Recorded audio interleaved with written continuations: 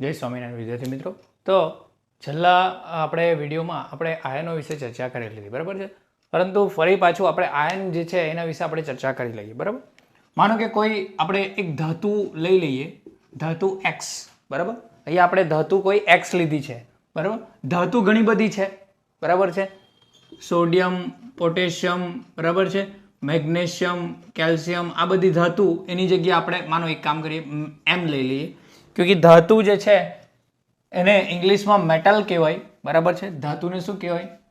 धातु ने इंग्लिश में मेटल कहेवाय. तो आपणे मेटल नो एम लई लेशुं. धातु कोई एम छे, बराबर. तो धातु मोटा भागे आपणे मैं कही दऊं तमने, धातु जे छे धातुओ हमेशा पोतानो इलेक्ट्रॉन घुमावे छे. पोतानो इलेक्ट्रॉन શું કરે? ગુમાવે છે, બરાબર. ઇલેક્ટ્રોન ગુમાવવાની વૃત્તિ રાખે. એમનો જે સ્વભાવ હોય એ કેવો હોય? ઇલેક્ટ્રોન ગુમાવવાની સ્વભાવ હોય. ઇલેક્ટ્રોન ગુમાવવાનો સ્વભાવ, બરાબર. હંમેશા ઇલેક્ટ્રોન ગુમાવે, બરાબર છે. તો એના ઉપર જે છે એ તમે ઉપર જે તમે કીધું ને સંયોજકતા લખાય, બરાબર છે. હવે માનો કે કોઈ ધાતુ છે એમ, બરાબર. તો એમ જે છે એને એક ઇલેક્ટ્રોન જે છે એના અંદરથી ગુમાવી દીધો, બરાબર. આનો માની લઈએ આપણે પરમાણુ ક્રમાંક જે છે એ આપણે માની લઈએ, અથવા તો અત્યારે રાખવું હોય તો રાખે. પરમાણુ ક્રમાંક એટલે મેં તમને સમજાવી ગયેલો છું થોડું ઘણું, બરાબર છે. પાછળ આગળ જતાં થોડું પાછું વધારે સમજાવીશ. માનો કે પરમાણુ ક્રમાંક આનો જે છે એ આપણે લઈ લઈએ 11 છે, બરાબર છે. શું છે? 11 છે, બરાબર. જો કે પરમાણુ ક્રમાંક વિશે આવ્યું નથી તમારું, બરાબર છે. આપણે પરમાણુ ભાર વિશે જોઈ ગયેલા છે, બરાબર. તો માનો કે 11 છે, તો એ શું કરશે કે એક ઇલેક્ટ્રોન જે છે એ ગુમાવી દેશે. તો અહીં હવે પરમાણુ ક્રમાંક જે છે એ કેટલો થઈ ગયો? એક ઇલેક્ટ્રોન ગુમી ગયો એટલે 10. કેટલો થઈ ગયો? 10, બરાબર. એ આગલા ચેપ્ટરમાં બધું આવશે, બરાબર છે. પણ તમને મેં એ જ સમજાવું છું કે ઇલેક્ટ્રોન ગુમાવવું, બરાબર છે. ઇલેક્ટ્રોન ગુમાવવું એટલે અહીંયા જેટલા પણ ઇલેક્ટ્રોન અહીંયા ગુમાવે ને એટલા અહીંયા આપણે એને અહીંયા ધન વીજભાર લખવાનો. અહીંયા અગર જો મેં 2 ઇલેક્ટ્રોન ગુમાવેલા હતા, માન કે ધાતુ જે છે અહીંયા 2 ઇલેક્ટ્રોન ગુમાવે છે, તો અહીંયા આપણે કેટલા લખવાના? 2+, બરાબર છે. હવે માનો કે ધાતુ જે છે એ 3 ઇલેક્ટ્રોન ગુમાવે છે, તો કેટલા લખવાના? 3+, બરાબર. ખ્યાલ આવ્યો? સમજ પડી? ક્લિયર થયું આટલું? બરાબર. એક ઇલેક્ટ્રોન ગુમાવે તો એ 1+ લખાય, પણ આપણે 1 લખતા નથી એટલે પ્લસ. પછી એ 2 ઇલેક્ટ્રોન ગુમાવે તો 2+, અને 3 ઇલેક્ટ્રોન ગુમાવે તો 3+, બરાબર છે. હવે આ શું છે? બરાબર. આમાં બધી જ ધાતુઓ આવી ગઈ. વધારેમાં વધારે 3 ઇલેક્ટ્રોન જે છે એ ગુમાવે, બરાબર. મેક્સિમમ જે છે 3 ઇલેક્ટ્રોન ગુમાવે ધાતુ, બરાબર. તો આમાં આપણે કહી શકીએ કે કોઈ ધાતુ છે, તો ઉપર જે તમે આ લખ્યું, બરાબર, આ શું છે? તો આ જે છે આપણે કહી શકીએ વીજભાર છે. શું છે? વીજભાર.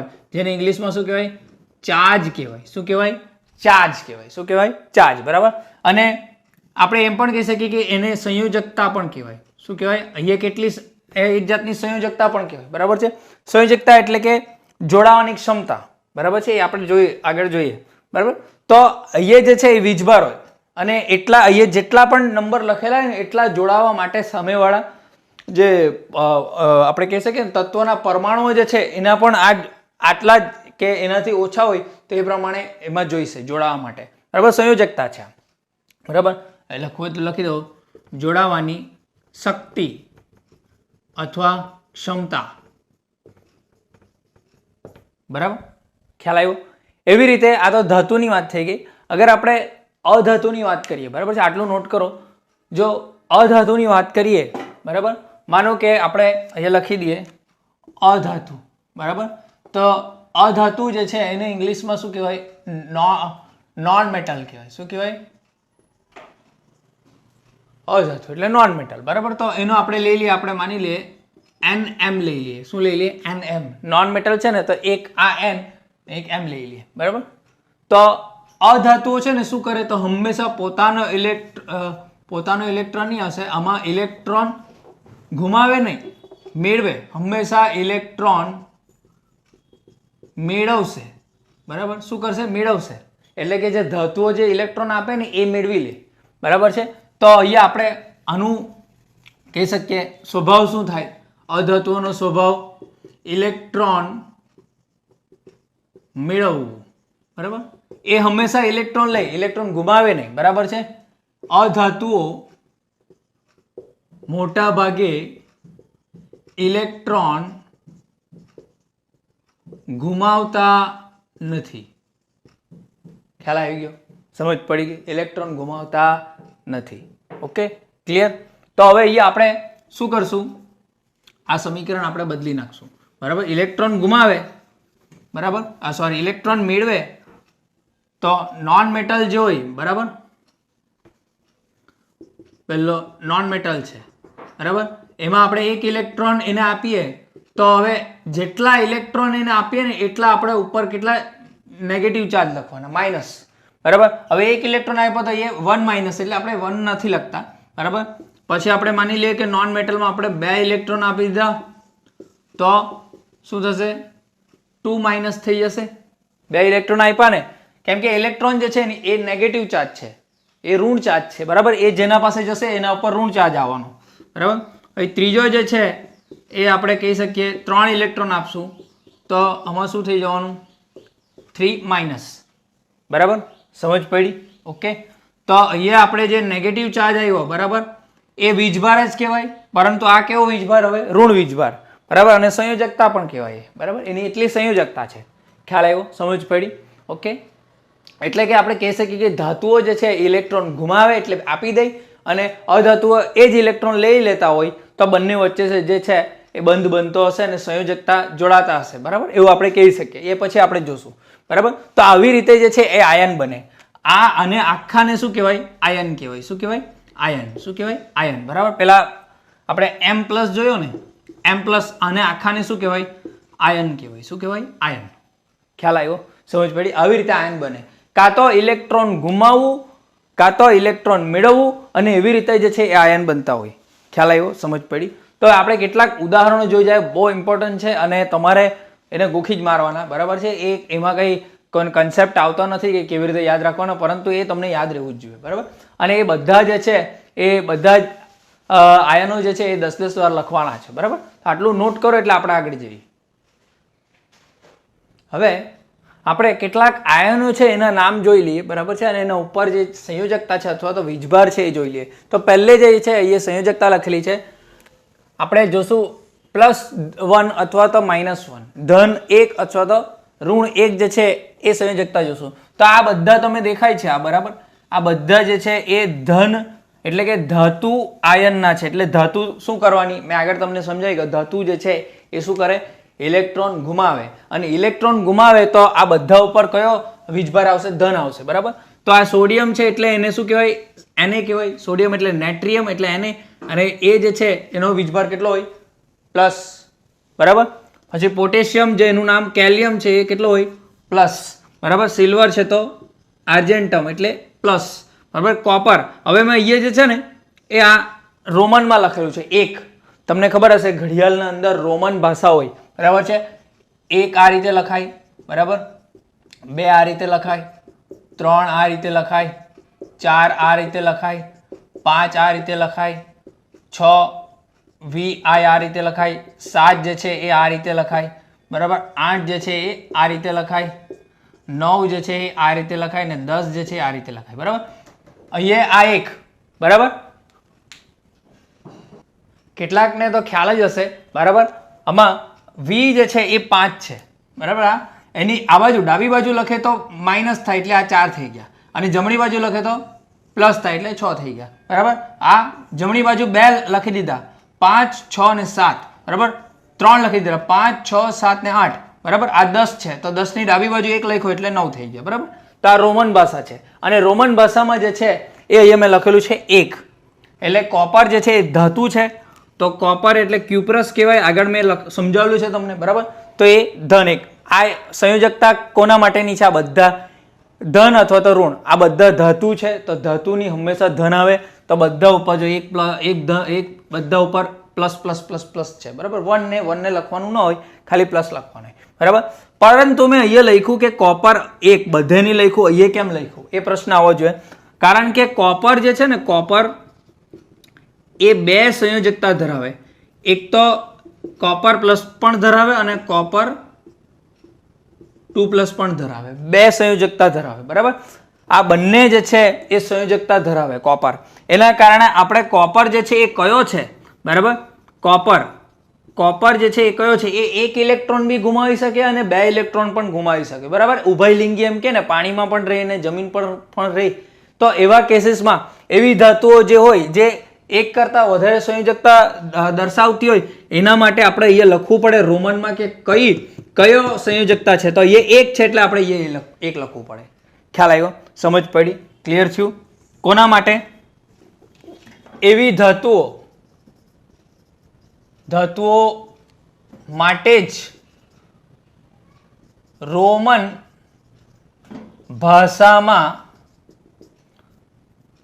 સંયોજકતા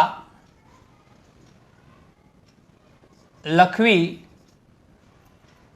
જે એકથી વધુ સંયોજકતા દર્શાવે છે. ખ્યાલ આવ્યો? સમજ પડી? બધા પ્લસ પ્લસ બતાવતા છે. બરાબર. કેમ કે ધાતુ આયનના નામ, ધાતુ આયન છે, ધાતુ છે અને એના આયન છે. આ બધાએ શું કરેલું? આ સોડિયમે શું કરેલું છે? તો સોડિયમ એમને એમ છે, એને શું કરેલું? એક ઇલેક્ટ્રોન ગુમાવ્યો એટલે અહીંયા ધન આવી ગયો. એવી રીતે આને પણ આવું જ કરેલું, આને પણ આવું જ કરેલું, આવું જ કરેલું. બરાબર. આયન બનવા માટે. બરાબર. પછી જો અહીંયા મેં લખેલું છે અધાતુના નામ, અધાતુ આયનના નામ. સોરી, હવે મેં ભૂલી ગયો. અધાતુ આયનના નામ. હવે આ અધાતુમાંથી બનેલા, તો મેં તમને કીધું તેમ અધાતુ શું કરે? ઇલેક્ટ્રોન મેળવે. બરાબર. તો આ જે છે હાઇડ્રોજન, બરાબર, હાઇડ્રોજન નામ, હા. તો આ જે છે એ શું કરશે? આ અધાતુ છે. તો અધાતુમાં આ હાઇડ્રોજન જ એક એવો છે કે H પ્લસ પણ બનાવશે અને હાઇડ્રાઇડ H માઇનસ પણ બનાવશે.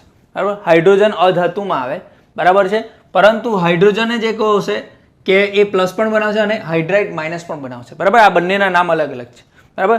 પછી અધાતુમાં આવશે ક્લોરાઇડ તો માઇનસ, બ્રોમાઇડ તો Br માઇનસ, આયોડાઇડ તો I માઇનસ. બરાબર. નામ જે છે એ બ્રોમિન પરથી બ્રોમાઇડ બન્યું, ક્લોરાઇડ પરથી ક્લોરીન પરથી ક્લોરાઇડ બન્યું, આયોડિન પરથી આયોડાઇડ બન્યું. આ બધા અધાતુઓ છે. બરાબર. આગળ જતા તમે 10મા ધોરણમાં આવશો ને તો તમારું ચેપ્ટર નંબર 5 આવશે. તો એમાં બધા જ ધાતુ જે છે અને અધાતુ જે છે એના વિશે ચર્ચા આપણે કરીશું. બરાબર. હવે અત્યાર માટે આટલા જ યાદ રાખવાના છે. ક્લોરીનમાંથી ક્લોરાઇડ બન્યું, બ્રોમિનમાંથી બ્રોમાઇડ બન્યું, આયોડિનમાંથી આયોડાઇડ બન્યું. કેવી રીતે બન્યું? મેં તમને સમજાવી ગયો. આ ક્લોરીન છે, માનો ક્લોરીન આ છે, તો એમાં આપણે એક ઇલેક્ટ્રોન આપી દીધો એટલે Cl માઇનસ બની ગયું. એવી રીતે આ બધાનું આવું થયું. બરાબર. ખ્યાલ આવ્યો? સમજ પડી? બરાબર. પછી મેં અહીંયા લખેલું છે બહુપરમાણુય આયનના નામ. મેં આગળ તમને સમજાવી ગયેલો કે એક કરતા વધારે જે છે એ તત્વો જે છે મિશ્ર થઈને આપણે કહીએ ને કે બહુપરમાણુય આયન બને. એક બહુપરમાણુય એટલે આપણે કહે છે કે એક કરતા વધારે પરમાણુય આયન. બરાબર. તો એમાં એમોનિયામાંથી એમોનિયમ બને, NH4 પ્લસ. બરાબર છે, NH4 પ્લસ. બરાબર. પછી હાઇડ્રોક્સાઇડ તો OH માઇનસ. બરાબર. આ જો આમાં એક જ પરમાણુ છે પરંતુ આમાં બે પરમાણુ છે. જો એક તો નાઇટ્રોજનનો અને એક હાઇડ્રોજનનો, એક ઓક્સિજનનો અને એક હાઇડ્રોજનનો. બરાબર. અને આયન કેમ કહેવાય? કેમ કે ઉપર જે છે એ શું છે? વીજભાર છે. વીજભાર હોય એટલે આયન કહેવાય. એટલું યાદ રાખવાનું. ધન હોય કે ઋણ હોય. બરાબર. વીજભાર હોય એટલે આયન કહેવાય. બરાબર. નાઇટ્રેટ તો NO3 minus, hydrogen carbonate HCO3 2 minus. બરાબર. અને બાયકાર્બોનેટ પણ કહેવાય. શું કહેવાય? બાયકાર્બોનેટ. બરાબર છે. HCO3 જે છે, સોરી આમાં માઇનસ આવશે, 2 માઇનસ નહીં આવશે, માઇનસ આવશે. કેમ કે અહીંયા બધા -1 કે +1 વાળા છે ને, તો આ લાઈન બધી -1 +1 વાળી છે. આને બાય પણ કહેવાય. આપણે કેમિસ્ટ્રીની ભાષામાં બાયકાર્બોનેટ અથવા તો હાઇડ્રોજન કાર્બોનેટ. બરાબર છે. પછી નાઇટ્રાઇટ તો NO2 માઇનસ. જો આમાં નાઇટ્રેટ 3 હોય તો ટ્રેટ અને 2 હોય તો નાઇટ્રાઇટ. બરાબર છે. પછી એક આપણે બીજું લખી દઈએ કાર્બોનેટ. બરાબર. CO3, હા એ પાછું આપણે 2 માં લેશું, અત્યારે રહેવા દો. બરાબર. પછી એક બીજું જોઈ લઈએ આપણે સલ્ફાઇડ, હા એ પણ પાછું 2 માં જ આવશે. ચાલો બરાબર, તો આટલા આપણે એટલા યાદ રાખવાના. +1 કે -1 જે છે એ સંયોજકતા ધરાવતા આયનો છે. ધાતુ આયનો અલગ અલગ, અધાતુ આયનો જે છે એ અલગ અલગ, અને બહુપરમાણુ આયનો જે છે એ અલગ. બરાબર, ખ્યાલ આવ્યો, સમજ પડી. હવે આપણે જે +2 અને -2 જે છે એ આયન કયા કયા છે જે સંયોજકતા દર્શાવે છે એના વિશે આપણે ચર્ચા કરીએ. ચાલો આટલું નોટ કરો. તો હવે જે છે એ જેની સંયોજકતા +2 કે -2 હોય એ લાઈન અહીંયા આપેલી છે. બરાબર, તો પહેલું જે છે એ મેગ્નેશિયમ, તો મેગ્નેશિયમ આવશે 2+. ધાતુઓ તો બધી જે છે એ કેવી હોય, સંયોજકતા ધન જ બતાવતી હોય. કેલ્શિયમ તો 2+. હવે મેં જો અહીંયા કાઉન્સમાં લખેલું છે આયન એટલે કે લોખંડ, 2 લખેલું છે એટલે 2+. અને કોપર જે છે એ અહીંયા પણ આવ્યો. મેં તમને આગળ વાત કરી કે કોપર એટલે Cu 2+. બંને સંયોજકતા દર્શાવે +B અને 2+B. જો આયન અહીંયા આવી ગયો, બરાબર, Fe એટલે આયન, બરાબર, એને ફેરસ કહેવાય. શું કહેવાય? ફેરસ. મેં તમને કીધેલું ને કે બીજી ભાષા જે રોમન ભાષા કે એ હોય ને એના ઉપરથી નામ મૂકેલા એ છે. આ જે છે +2 પણ બતાવે અને +3 પણ બતાવે. બરાબર, એના કારણે શું થાય કે અહીંયા આપણે એ લખવું પડે કે કયો આયન છે, +2 છે કે +3 છે, તે અહીંયા રોમન ભાષામાં આપણે લખવું પડે. બરાબર, પછી ઓક્સાઇડ તો O2-, સલ્ફાઇડ, બરાબર, S2-. બરાબર છે, ખ્યાલ આવ્યો? સોરી, હા આમાં સલ્ફાઇડ નહીં આવશે, બહુપરમાણુમાં S2-, સલ્ફાઇડ. બરાબર, પછી કાર્બોનેટ CO3-2-. બરાબર, કાર્બોનેટ. બરાબર, પેલો આપણે બાયકાર્બોનેટ જોઈ લો હતો, બરાબર ને, માઇનસ વાળો હતો બહુપરમાણુમાં. આ 2- છે અહીંયા. બરાબર, સલ્ફાઇટ SO3-2-. Sulphate SO4-2-. ક્રોમેટ CrO4-2-. અને Cr2O7-2-. બરાબર, હવે આમાં જો મેગ્નેશિયમ તો ધાતુ તો બધી ધન જ બતાવશે, અધાતુઓ ઋણ જ બતાવશે. બહુપરમાણુમાં કેવું છે કે તમારે થોડુંક યાદ રાખવું પડે. જો સલ્ફાઇડ પહેલે ખાલી એકલો સલ્ફાઇડ ડ જો હોય ને, એ સલ્ફાઇડ આઇડ હોય ને તો S2-. બરાબર, અને આઇટ હોય ને, સલ્ફાઇટ હોય તો SO3, ઓક્સિજન 3 આવશે. અને સલ્ફેટ હોય તો 4 વાળા, બરાબર, શું આવશે? 4 ઓક્સિજન આવશે. બરાબર, ક્રોમેટ એટલે આ Cr એટલે આ ક્રોમિયમ કહેવાય, તો ક્રોમેટ છે. બરાબર, Cr ઇંગ્લિશમાં ક્રોમિયમ કહેવાય ને. ક્રોમિયમ સાથે ઓક્સિજન 4 જોડાયેલા છે. બરાબર, અને ડાય હોય, ડાય એટલે 2 એટલે Cr2O7, ડાયક્રોમેટ. બરાબર, ખ્યાલ આવ્યો, સમજ પડી? હવે આને આ કેવી રીતે બન્યા એ મેં તમને આગળ સમજાઈ ગયો છું. 2 ઇલેક્ટ્રોન જે છે ગુમાવ્યા તો 2+ બન્યું, અને 2 ઇલેક્ટ્રોન મેળવ્યા તો 2- બન્યું. બરાબર છે, ખ્યાલ આવ્યો, સમજ પડી? હવે થોડા ઘણા 3 સંયોજકતા બતાવતા છે એના વિશે આપણે જોઈ લઈએ. આટલું નોટ કરો. જો હવે 3 કે -3, બરાબર છે, એની સંયોજકતા વાળા બહુ ઓછા છે. એક તો એલ્યુમિનિયમ, બરાબર, ને આગળ મેં તમને વાત કરી ગયો ફેરસ 3+. બરાબર, કયો આયન છે તે અહીંયાથી તમને ખબર પડે. બરાબર, નાઇટ્રાઇડ તો N3-. અને ફોસ્ફેટ તો PO4-3-. આ બહુપરમાણુય છે. બરાબર, ખ્યાલ આવ્યો? આ ધાતુઓ, અધાતુઓ અને આ બહુપરમાણુય. ખ્યાલ આવ્યો? આટલા આયન જે છે એ તમારે યાદ રાખવાના. બરાબર, બધા આયન જે છે એ 10-10 વાર લખવાના. બરાબર, એટલે કે આ મેગ્નેશિયમને 10 વાર નોટમાં લખવાનું, પછી ઝિંકને 10 વાર લખવાનું. તમને યાદ રહી જવું જોઈએ. બરાબર છે, કારણ કે આ પૂછાય છે. ખ્યાલ આવ્યો? સંયોજકતા કેટલી છે એ પણ પૂછાય, એટલે આ બહુ જરૂરી છે, ઇમ્પોર્ટન્ટ છે. આગળ જે છે તમે સ્ટડી કરશો ને તો એના માટે પણ આ બહુ જરૂરી છે. બરાબર, આટલું નોટ કરો એટલે આપણે આગળ જઈએ. હવે આપણે સંયોજકતા વિશે સમજી લઈએ. સંયોજકતા વિશે, બરાબર, સંયોજકતા જે છે આપણે મેં કીધું કે ભાઈ કોઈ ધાતુ છે, માનો કે M, તો એ માની લઈએ આપણે કે એની જે સંયોજકતા જે છે એ આપણે 2+ છે માની લઈએ. બરાબર, અને કોઈ માનો કે અધાતુ છે એની સંયોજકતા છે - છે. બરાબર, આ પણ એક ધાતુ છે ને આ અધાતુ છે. બરાબર, તો આ ધાતુ અને અધાતુ જોડાવું હોય તો સંયોજકતા જોવાની હોય. અહીંયા જે છે એ આની પાસે 2+ છે ને આની પાસે - છે, તો આ બંને જોડાઈને સંયોજન કેવી રીતે બનાવશે? બરાબર છે, તો ખાસ ધ્યાન આપજો. આ બંને જે છે એ કેવી રીતે જોડાશે? બરાબર, આ બંને રાસાયણિક રીતે જોડાવવું હોય, બરાબર, રાસાયણિક રીતે જોડાવવું, એના માટે કેવી રીતે જોડાવવું? તો તમે જોશો આપણે ઇનડાયરેક્ટલી મેં તમને એક સમજાવું તમને કે આ M2+ જે છે ને એ આપણે કહી શકીએ કે જોડવા માટે આની પાસે બે હાથ છે, એક આ હાથ ને એક આ હાથ, બરાબર, બે હાથ છે, કેમ કે 2 પ્લસ છે એટલે બે હાથ છે, એક આ પ્લસ ને એક આ પ્લસ સાથે માઇનસ જોડાઈ શકે, એટલે કે આ માઇનસ જોડાઈ શકે આની સાથે, પ્લસ પ્લસ ન જોડાય, બરાબર, એ અપાકર્ષણ કરે. તો આ એક પ્લસ ને આ એક પ્લસ, બરાબર, બે પ્લસ થયા ટોટલ.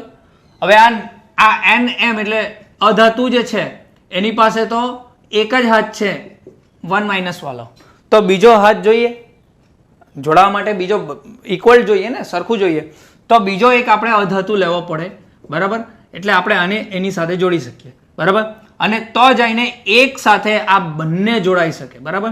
તો સંયોજન શું બનશે? MnM2, બરાબર, કારણ કે આ બે છે, એક સાથે બે જોડાયા, તો એ જે છે એનો નંબર આપણે નીચે લખવાનો હોય, બરાબર, ખ્યાલ આવ્યો, સમજ પડી, એ નીચે લખવાનો કે કેટલા આ NM એટલે અધાતુ જે છે, આ અધાતુનો નંબર અહીંયા લખાય, અને ધાતુ જો હોય ને તો અહીંયા લખાય, ખ્યાલ આવ્યો, સમજ પડી, ક્લિયર થયું? અહીંયા કેટલા જોડાય તે અહીંયા લખાય આપણાથી, ખ્યાલ આવ્યો? અગર જો માનો કે આ તો એક સિમ્પલ કેસ તમને બતાવ્યો, જરાક આટલું નોટ કરો, પછી મેં તમને સંયોજકતા વિશે સમજાવું, બરાબર. બીજો એક આપણે કેસ લઈ લઈએ. હવે માનો કે આપણે બીજો કેસ લઈએ, બરાબર. બીજા કેસમાં જે છે આપણે એક કામ કરીએ, સંયોજકતા આની ધન કરી નાખીએ અને આની એટલે 1 પ્લસ છે ને આની 2 માઇનસ કરી નાખીએ. ચાલો, આવું થઈ ગયું, બરાબર.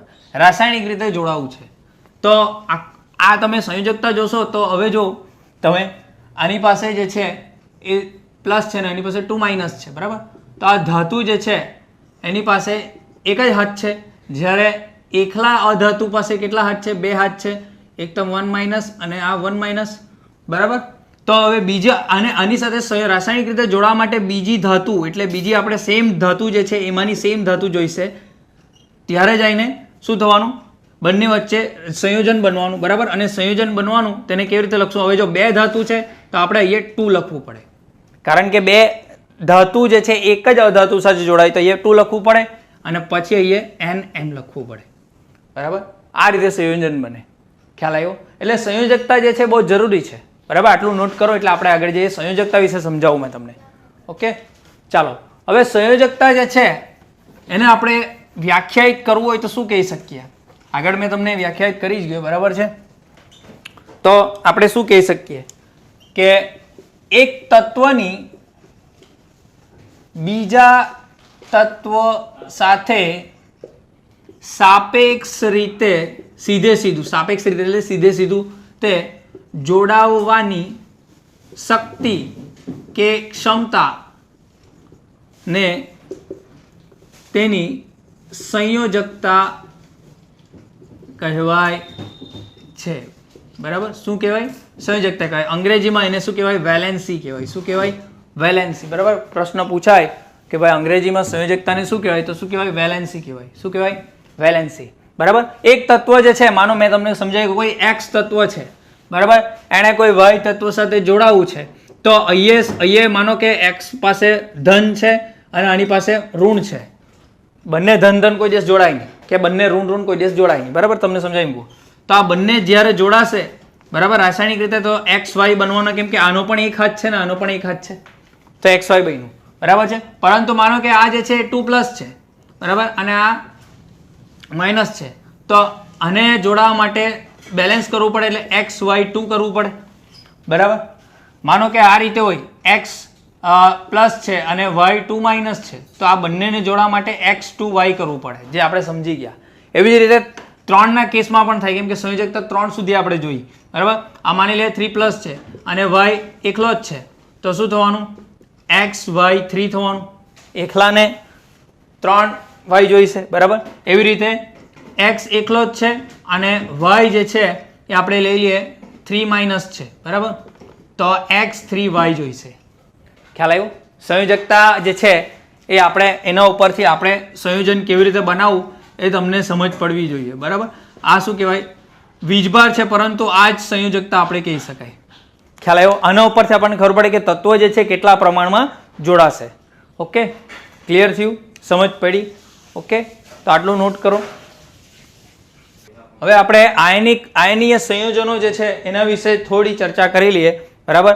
કે આયની સંયોજનો જે છે એ કોને કહેવાય? આપણે જે મેં અત્યારે સમજાઈ ગયો, જે સંયોજનો આ બનાવ્યા એ આયનિક સંયોજનો જ કહેવાય, બરાબર. એક ધન અને એક ઋણ વચ્ચે એ આકર્ષણ થઈને જે જોડાય રાસાયણિક રીતે એ શું કહેવાય? આયનિક સંયોજનો કહેવાય. બરાબર. તો આપણે મથાળો મારી લઈએ આયનીય સંયોજનો. બરાબર. આયનીય સંયોજનો. એક ધન વીજભારિત આયન. ધન વીજભારિત આયન મોટા ભાગે કેવો હોય? ધાતુનો આયન હોય. બરાબર. મેં તમને સમજાવી કે ધાતુ જે છે એ ઓલવેઝ હંમેશા જે છે એ ધન વીજભારિત બનાવે. બરાબર. અને એક જે છે આપણે કહી લઈએ ઋણ વીજભારિત આયન. બરાબર. અને એ કોણ બનાવે? અધાતુ બનાવે. બરાબર. અધાતુ આયન મોટા ભાગે. બરાબર. મોટા ભાગે લખો હોય તો લખી દો, કેમ કે બહુ પરમાણુ આયન પણ આવી શકે. બરાબર છે. અથવા એ લખી દઈએ બહુ પરમાણવીય આયન. બરાબર. કાઉન્સમાં લખીએ કે ધાતુના આયન અથવા બહુ પરમાણુ આયન, એવી રીતે એ પણ લખી દઈએ અધાતુ અથવા તો બહુ પરમાણવીય આયન. કારણ કે એ બહુ પરમાણુ આયન ધન પણ હોઈ શકે અને ઋણ પણ હોઈ શકે. બરાબર છે. એ બંને જોડાય. બરાબર. શું થાય? રાસાયણિક રીતે આકર્ષણથી જોડાય અને શું બને? આ આયનીય સંયોજનો બને. શું બને? આયનિક સંયોજનો બને. ખ્યાલ આવ્યો? સમજ પડી? ક્લિયર થયું? આયનિક સંયોજનો કેવી રીતે બને? ઓકે. એક બે એક્ઝામ્પલ લેવું તો તમને વધારે ખ્યાલ આવશે. બરાબર. એક બે એક્ઝામ્પલ આપણે લઈ લઈએ. બરાબર. ચાલો એ આ જ કરી નાખીએ થોડું સાફ.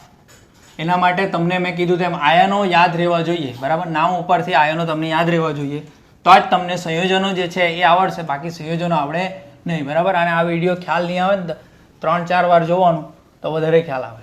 બરાબર. હવે માનો કે આપણે આયની સંયોજનો બનાવવાના છે. બરાબર. કે સૂત્ર આપણને આપેલા હોય તો આપણે કેવી રીતે બનાવવાનું? હવે માનો કે મેગ્નેશિયમ,